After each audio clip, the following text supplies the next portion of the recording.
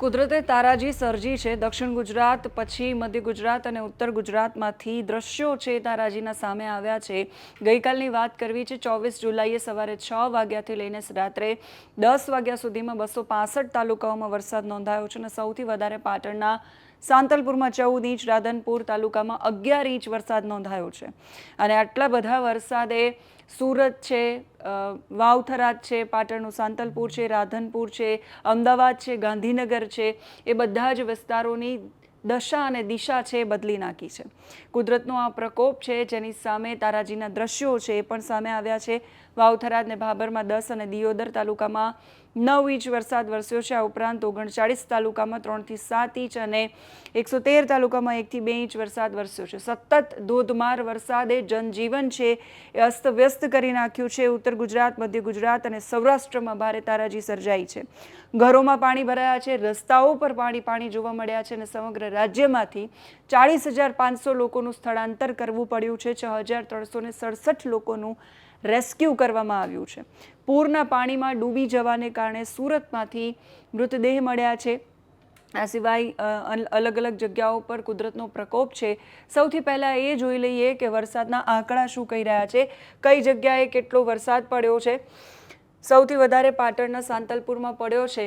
એ સિવાય પાટણના સાંતલપુરમાં 14.13 ઇંચ વરસાદ, રાધનપુરમાં 10, ભાભરમાં 10, દિયોદરમાં 8.58, થાનગઢમાં 7.9, દાંતીવાડામાં 7.9, મહેમદાવાદમાં 7, વાંકાનેરમાં 6.57, એટલે 6.7 ઇંચ, નડિયાદમાં પણ 6.7 ઇંચ જેટલો વરસાદ, સુઈગામમાં 5 ઇંચ કરતાં વધારે વરસાદ, ડીસામાં 5, ઓગાળમાં 4, થરાદ, ધનસુરા, ખેરાલુ, રાપર, હડાદ, દહેગામ, બાલાસિનોર, વીરપુર, આ જે બધા વિસ્તારો છે ત્યાં 4 ઇંચ કરતાં વધારે વરસાદ, ક્યાંક 4 ઇંચ, ક્યાંક 4 ઇંચ કરતાં વધારે, 4.5 ઇંચ જેટલો વરસાદ પડ્યો છે।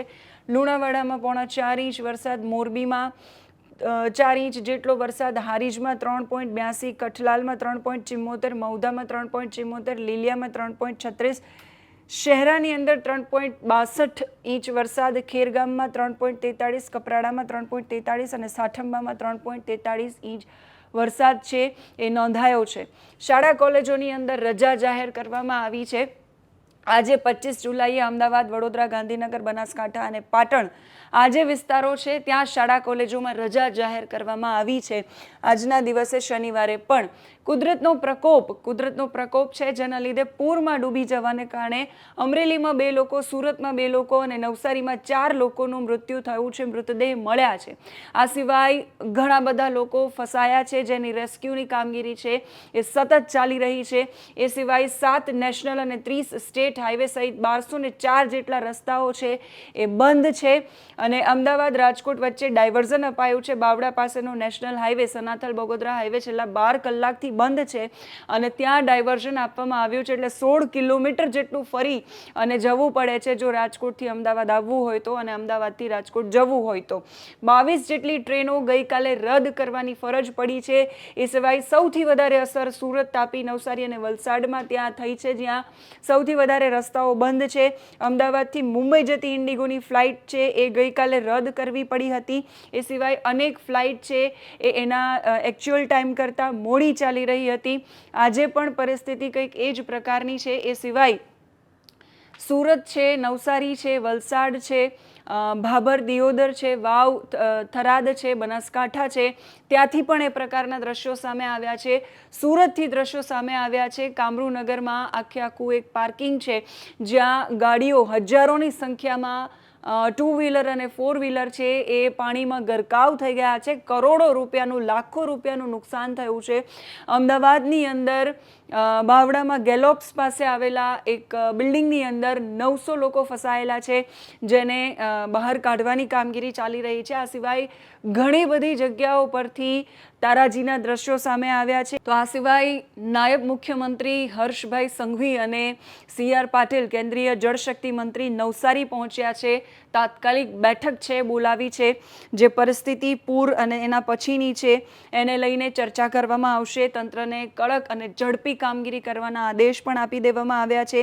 એ સિવાય વીરપુર કાર દુર્ઘટના છે એમાં એક વૃદ્ધનો મૃતદેહ મળ્યો છે।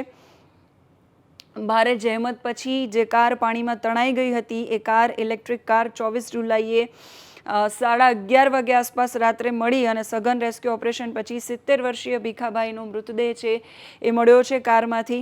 સુરેન્દ્રનગરનો ધોળીધજા ડેમ છે 100% ભરાઈ ગયો છે, જેથી નીચાણવાળા વિસ્તારો છે જેમ કે સુરેન્દ્રનગર છે, રતનપર છે, જોરાવરનગર છે, વઢવાણ છે, મેમકા છે, ભડિયાદ છે, નાના કેરાળા, સાંકડી, શિયાળી, નટવરગઢ, દોલતપર, રામરાજપર, જાંબુ, પરનાળા સહિતના ગામના લોકોને નદીમાં અવરજવર ન કરવા માટે સૂચન કરવામાં આવ્યું છે. આ સિવાય સાંતલપુર, લોદરા, દહીસર માર્ગ પર ટ્રક પાણીમાં પલટી મારી ગઈ છે એ દ્રશ્યો સામે આવ્યા. ઊંઝામાં ઝાડ પડ્યું જેના કારણે એક મહિલાએ જીવ ગુમાવ્યો છે. એ સિવાય નવસારીમાં પૂરની સ્થિતિને લઈને હાઈ લેવલ બેઠક છે અત્યારે ચાલી રહી છે. સુરેન્દ્રનગરમાંથી મધરાત્રે 6 લોકોનું બોટથી રેસ્ક્યુ કરવામાં આવ્યું છે. આ સિવાય સાંતલપુર, જજામ, ફાંગલી રસ્તા પર પાણીનો તેજ વહેણ છે. એમાં ખાવડાથી બાડમેર જતી કાર બંધ પડી ગઈ અને 8 મુસાફરો ફસાયા હતા, જેને સલામત બહાર કાઢવા પડ્યા છે.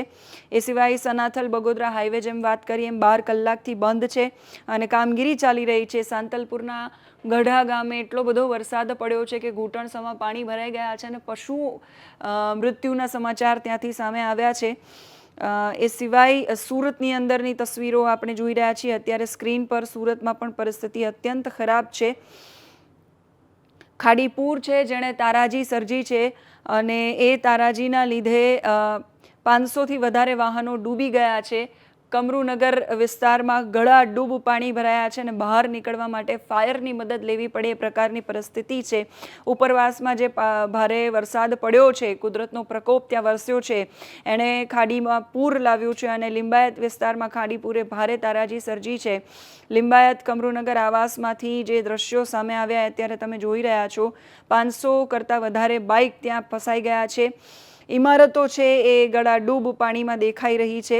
વાહનો પાણીમાં ગરકાવ થઈ ગયા છે. રેસ્ક્યુ માટે ફાયર બ્રિગેડ છે એ બોટ લઈને મેદાને પડ્યું છે. સગર્ભા મહિલાઓ, વૃદ્ધો અને બાળકોને સલામત સ્થળે ખસેડવાની કામગીરી છે ચાલી રહી છે.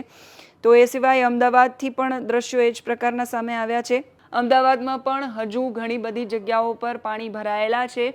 મેઘરાજાએ જે ધમાકેદાર બેટિંગ કરી છે એના કારણે જે પાણી ભરાયા છે, અમુક જગ્યાઓ પર પ્રશાસનની બેદરકારી અને જવાબદારી પણ સામે આવી છે. જે દાવાઓ કરવામાં આવ્યા છે પ્રી મોન્સૂન કામગીરીના, એની પોલ છે એ ખુલી ગઈ છે. સાણંદ વિરમગામ હાઈવે છે ટ્રાફિકના પગલે બંધ કરાયો છે. અમદાવાદમાં કરોડોના બંગલા છે પાણીમાં ડૂબી ગયા છે. 200 વાહનો છે એ બેઝમેન્ટમાં ડૂબ્યા છે. આજે પણ શનિવારે પણ શાળા કોલેજોમાં અમદાવાદમાં રજા જાહેર કરવામાં આવી છે. ભારે વરસાદની આગાહી આજે પણ અમદાવાદની અંદર કરવામાં આવી છે. કર્ણાવતી ક્લબની પાછળ આવેલા સેન્ટોસા પાર્કમાં છાતીસમાં પાણી ભરાયા છે અને આ પોશ વિસ્તાર છે જ્યાં ટાઉન પ્લાનિંગ અને સ્માર્ટ શહેરના દાવાઓ કરવામાં આવતા હોય, જ્યાં આપણે ઓલિમ્પિક રમાડવાની વાતો કરતા હોય, એ જગ્યાઓ પર આ પ્રકારની પરિસ્થિતિ સર્જાય એ પણ બહુ જ ખરાબ હાલત છે. લક્ઝરી કારો છે બધી પલળી ગઈ છે. કિંમતી ઘર વખરી છે પલળી ગઈ છે અને આર્મી અને બોટથી રેસ્ક્યુ કરવું પડ્યું છે. આકાશ રેસિડેન્સીનું પાર્કિંગ છે એ ફૂલ પાણીથી ભરાઈ ગયું છે. એરપોર્ટ પર પાણી ભરાયું છે. એપલવુડ વિલા છે એમાં પણ 300 જેટલા આલિશાન બંગલા છે એમાં પણ અંદર પાણી ભરાઈ ગયા છે. ગઈકાલે ગુરુકુળ રોડ પર દુકાનોમાં પણ પાણી ભરાયા હતા.